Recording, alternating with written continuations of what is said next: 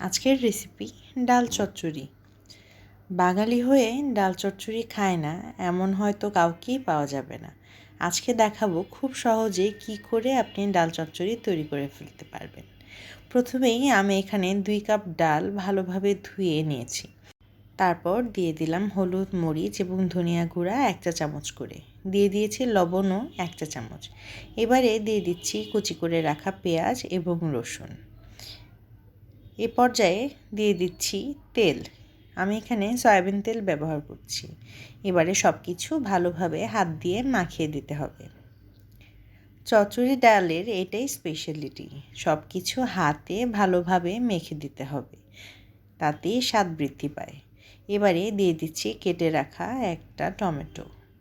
আমি এখানে একটি বড় সাইজের টমেটো ব্যবহার করেছি। সব কিছু ভালোভাবে নেড়েচেড়ে দিয়ে মাখিয়ে নিতে হবে। এ পর্যায়ে দিয়ে দিব পানি। এখানে খুব বেশি পানি দিতে হবে না। আমি এখানে প্রায় 1.5 কাপের মতন পানি প্রথমে দিয়ে নিয়েছি। এবারে দিয়ে দিলাম 3টে কাঁচামরিচ। এবার আমি আরও 2 কাপের মতন পানি দিয়েছি। এবারে ঢেকে চুলায় বসিয়ে দিচ্ছি।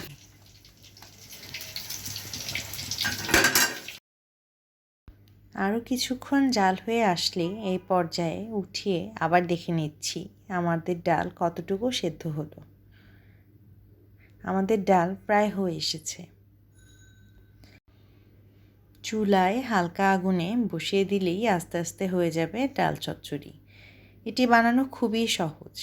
এ পর্যায়ে দিয়ে দিলাম কেটে রাখা ধনেপাতা।